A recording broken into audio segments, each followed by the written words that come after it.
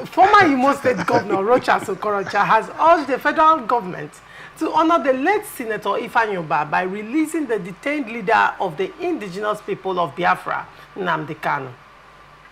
Okorocha made this appeal during a night of tributes held in Ubah's honor on Monday in Abuja. According to him, dead Igbo leaders are meeting over Kanu's release. Speaking to government officials present, Okorocha urged Senate President Godswill Akpabio to convey the message to the federal government. ATM recalls that Ubah died in London on July 27 and will be laid to rest on November 22. He said, "I want to say to you, brother, in whom I am well pleased, Senator Akpabio, convey this message to federal government on behalf of the Igbos seated here that the best way to honor Ifeanyi Ubah is to release Nnamdi Kanu so that the Igbos can go home and reorganize their place. And I know you, Senator Akpabio, that even if you don't want to do it, send this message for the sake of your wife, who is our daughter. Send this message and get us a result, or else your wife is not too far from taking back home." I've not died before, and I don't intend to die soon. But I do know that the Ikemba Ojukus, the Ekwemes, and these great leaders of note who have left us, since the spirit never dies, I am sure they are having a meeting somewhere. This is Okorocha speaking. Let me say, Obaka, while I was reading, you laughed. What do you make of this story? See, well, I think I'll give it to the leaders from that zone, and I commend them as long as they consider that as part of an agenda they should push. They are using every opportunity to do it, and so to that extent, I think it's done well. But I don't think that if they have to release Nnamdi Kanu, it should be in honor of Ifeanyi Ubah. No. That should happen on its merit. Now, what are the merits? Whatever the government has decided to pursue the poor, I mean, we say it has to go through the hog of the... And over, I personally don't find any reason why this man is still being held in detention. I honestly don't. We're talking about court citizens. He's been through the court system. He's been found to be, I mean, you are not holding anything against him. There's nothing we are. So if you want to make it political, let somebody be able to summon the political will to say, this man, let him go. And it is solved. So to continue to keep it, and then people make in honor of why Wanya just died. I don't know if he's buried. No, I don't. He has. So. He has been buried. That is the President General of the Ohanes Ndigbo worldwide. So why not ask for in honor of that one? Yes, they did ask. They did ask. So the issue of honor, the point I'm making also died. Yes. So the point I'm making is that if you say it is for the honor to honor Ifeanyi Ubah, then there are more dignitaries. I mean, high-profile dignitaries than if you want to use it as a matter of honor. But I don't think you don't need to do it to honor anybody. It's either you bring up a reason for which you are keeping him, or let him go. Let us. The whole issue that is happening within the eastern region. Now we're talking about sit at home and all that, and people are still dying on that score. And they hinge it on this one. Why not take away the reason? And let's see whether these people, or take away that excuse, and let's see why this thing should continue. As long as you keep him, this thing is festering. The man says, and yet you are not, my dear, for me, let Nigeria, even the leadership of this country, see that one as a Nigerian problem, not even Igbo. Has the leadership of the country, in your opinion, have they even considered it to be a Nigerian problem at this point in time? That is what it is. That's the unfortunate thing. We have insurgency at the various levels. We have Boko Haram here. We have bandits there, and everything. All of these things happen. But then, to a large extent, haven't grace been extended to certain leaders of other tribes? We could look at Sunday Igboho, who was in Benin Republic. I think that was Benin Republic. And he came back when Tinubu became the president. What has happened to him? And nothing happened to him. But he was a refugee in Benin Republic. And Miyetti Allah, the president of Miyetti Allah, at some point was facing a time on allegations of terrorism. He was in court and facing time, and he was even in prison. But at some point, to a large extent, all that, he was released. But then, it appears to, I can still go on and on. Nigeria, over time, has given presidential pardon. Let's bring it home to Niger Delta agitators. Are we talking about kidnapping? Are we talking about killing? Are we talking about bombing of pipelines? Yet, amnesty was extended. And these people were taken abroad, trained, brought back. And nothing has happened. People in Niger Delta are still sitting, challenging sitting governments. I could recall one certain man that said that fighter jets were flying over his house and was making threats. Nothing has happened. I can go on and on and on and on. And one would begin to ask, why is it a different story in the Southeast? Could it be that the cry of the IPOB of marginalization is true at this point in time? Why can't the past government and this present government consider the calls for political solution with regards to Nnamdi Kanu's detention? My dear, sometimes I also feel that the leaders, the political leaders in Igbo extraction, are not even serious. Maybe they're gaining politically one way or the other from the present setup. Okay. Why do you say that?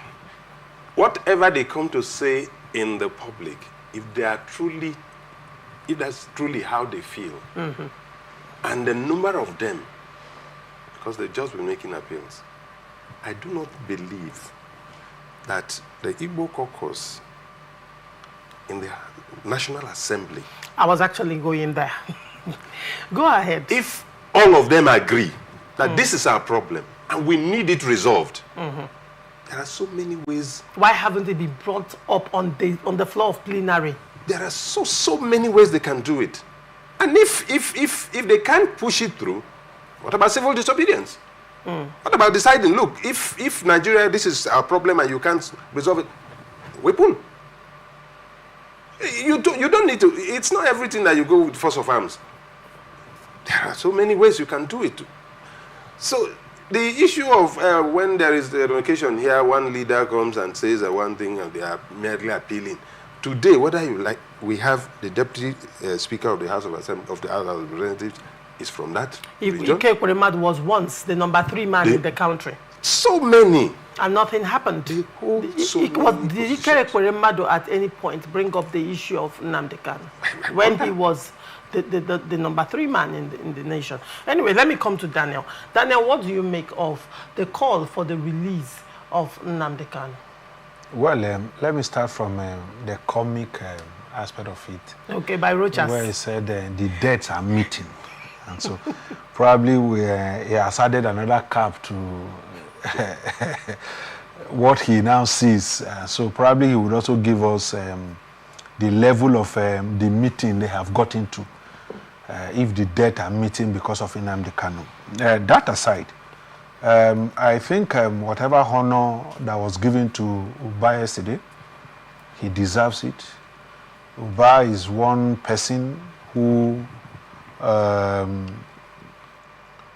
in his dealing, established the Ubah FC football club for the youths from his place.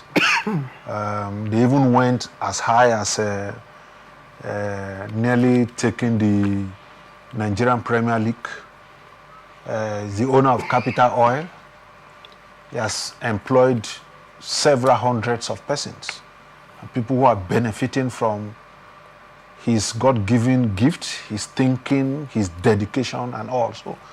So if they honor him and decide to pay that tribute yesterday, I think he deserves it in court. But the dimension brought into honoring him is the release of Nnamdi Kanu. And I think that the release of Nnamdi Kanu need to be properly discussed, properly looked into. It is not just a case of opening the door and ask him to go. He was released on bail before, it's on record. Did he obey the terms of that bail? He didn't. What happened exactly? No. Do you recall the military attack? No, you are breaking house? my flow of my flow. No, military breaking his house. When you say he disobeyed, what happened? It's good you tell the entire story, Daniel. No. When you use the word entire, is there enough time to discuss the entire story? What I'm saying is that he encouraged arms against the state, and so it's not a matter of opening the door and let him go. He encouraged arms against the state. He imposed the sit-at-home order. He is the one who brought the man who today killings everywhere. Day before yesterday, look at what happened. Which man, please? The guy in Finland. He was the one who introduced him. Which man? No, I'm coming now. I'm coming. Simon Ekpa. Ekpa. Yes, it was Nnamdi Kanu who introduced him as part of the IPOB movement. No week passed these days now where police are not being killed, where innocent people are not being killed for the sake of who? Is his life better off than the police officers who were killed day before yesterday? And so we need to look at the whole issue holistically. There is release. Even if you kill him, it will not stop the agitation. And so we must go back as a people and sit down to look at what is the genesis. There is a mass-up before IPOB. What it means or what it tells you is that in conflict resolution, it is not the man, there is an agitation that will live ahead of this man.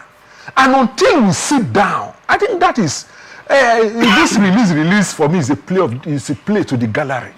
We must sit down and look at what are the issues.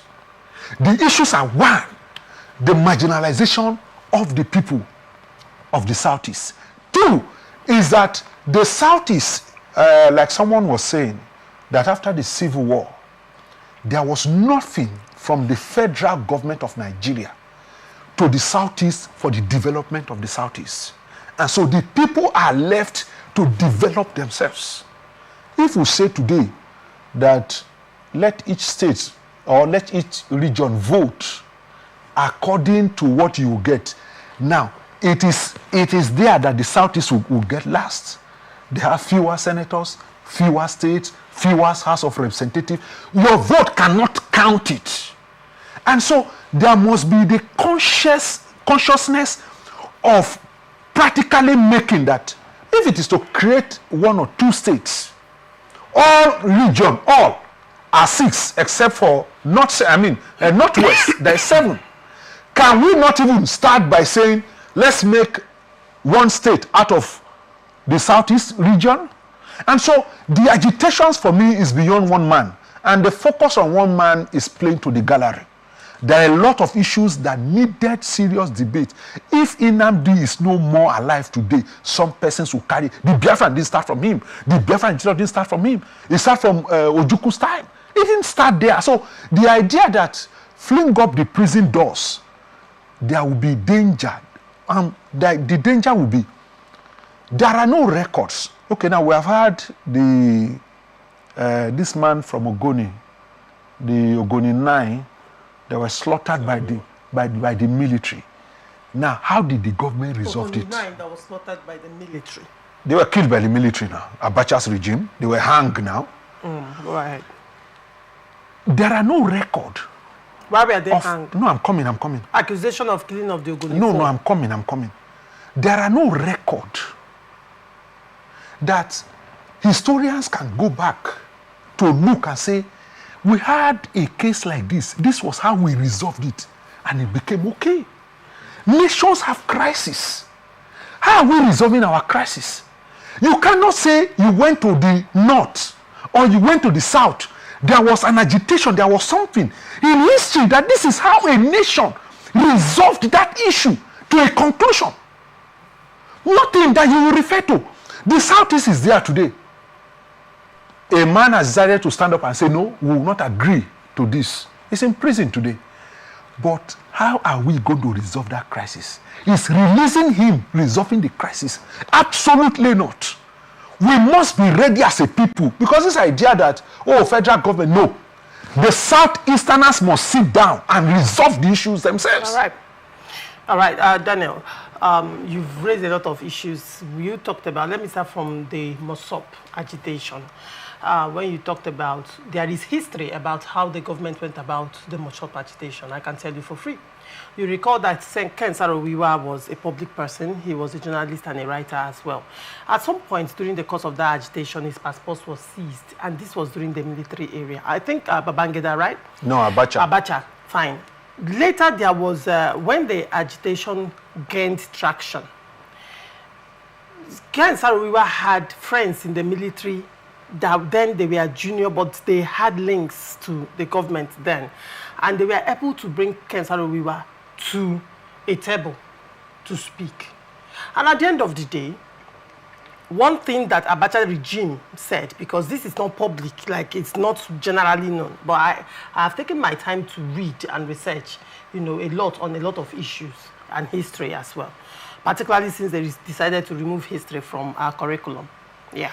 So now, moving forward, Ken Saro-Wiwa was brought to the table with some other stakeholders of Ogoniland, and they had a conversation. His passport was released to him, and he was sent abroad to go and understudy how oil-producing communities abroad, how they were being dealt with and all of that. But the end game of the whole thing was to come back, liaise with the government based on that. At least to a large extent, the Abacha regime was beginning to have some level of sentiments to probably, let's see what can be done. But Ken Saro-Wiwa went abroad and, used that fora to start engaging the international media. And to a large extent, said a lot of things he said, and you know what military is like. He said it and came back, and that was, in fact, that was when the government even stopped listening to the agitations, and then things went. He also, Ken Saro-Wiwa also formed a military angle of Mosop. Militant. He formed a, can we talk about the truth? He formed a military angle, will I say agitators to that extent, and they were accused of killing the Ogoni 4. Now, I'm not making case for anybody, but however, in these agitations, lives were lost. And Ken Saro-Wiwa and the others were accused because he formed this group that were allegedly responsible for killing 4 of their own. But moving away from that, let's now come to Southeast. Let's come to Southeast. In Southeast, what Nnamdi Kanu is directly linked to is IPOB. However, we now have Eastern Security Network, the ESN. We also have a Bubago. I think a Bubago was even brought in by Ozodema. Hope Ozodema. No, it was by the governors. Hold on, please. We have the Bubago, we have the Umuoma, and then we have unknown gunmen. And as at the time IPOB was agitating, there were no killings. However, over time, following the aftermath of proscription of IPOB, ESN came out. ESN has been fingered directly to certain killings in the north-southeast. Ebubago and Omoma are always clashing in Imo State, particularly the Olu local government area, and I can speak for a fact, issues that I am well aware of. Now, when you look at all these things, these are activities of, it's just like in the East right now, we have Boko Haram, we have the Lakuwaras right now that came up, we have different factions, we also have unknown gunmen. However, let's just separate all these things. They are separate from IPOB. No. Nnamdi Kanu announced the establishment of the Eastern Security Network. Hold on. They are separate from IPOB. And in this instance, in Nnamdi Kanu's detention, he is being linked directly to IPOB. And some of the things he said, that they said is inciting. However, when you look at other people, Sunday Igboho also made inciting comments. Sunday Igboho is walking free. The question I'm asking is, why can't we have political solution? This detention has not caused peace to happen. Rather, it's taking lives. And apparently, sit at home right now is being weaponized. I mean, the crisis in Southeast is increasing. Like it or yes. Is it when the entire country is now balkanized? If grace could be extended to other people, including people in South-South, that were also guilty of killing people and bombing pipelines and kidnapping the whites as well, why can't the government think of a political solution to the crisis in Southeast? The government so far has been largely silent, and we cannot say their silence is not loud enough. Or back as we round up, what do you have to say? Well, for me, everybody should think in terms of, especially the federal government should think in terms of the welfare and well-being of the entire country. When one part of the country is sick, of course, the entire country is sick. When, like part of what you mentioned now, when pipeline disturbances got so much, somebody, it took a president, Yaradua, yes, to say, look, what are we going to do about this? He stepped in, granted amnesty, and peace came. And the country moved forward. So it's for me, this should spread to all parts of the country. So to make it look like what is happening in the East is their problem and it's not their issue, I mean, it's you just look away. I mean, it's not helping anybody. So I believe the resort to the court process, to the judicial process, has also, from the courts, what we have heard, I mean, it's not that this man is so indicted that, if you want to go through that process, go through it properly, and let's know that, yes, you have gone through it. But it doesn't appear as if government is ready to even get that case even, you can't, I mean, it's why. Moving on.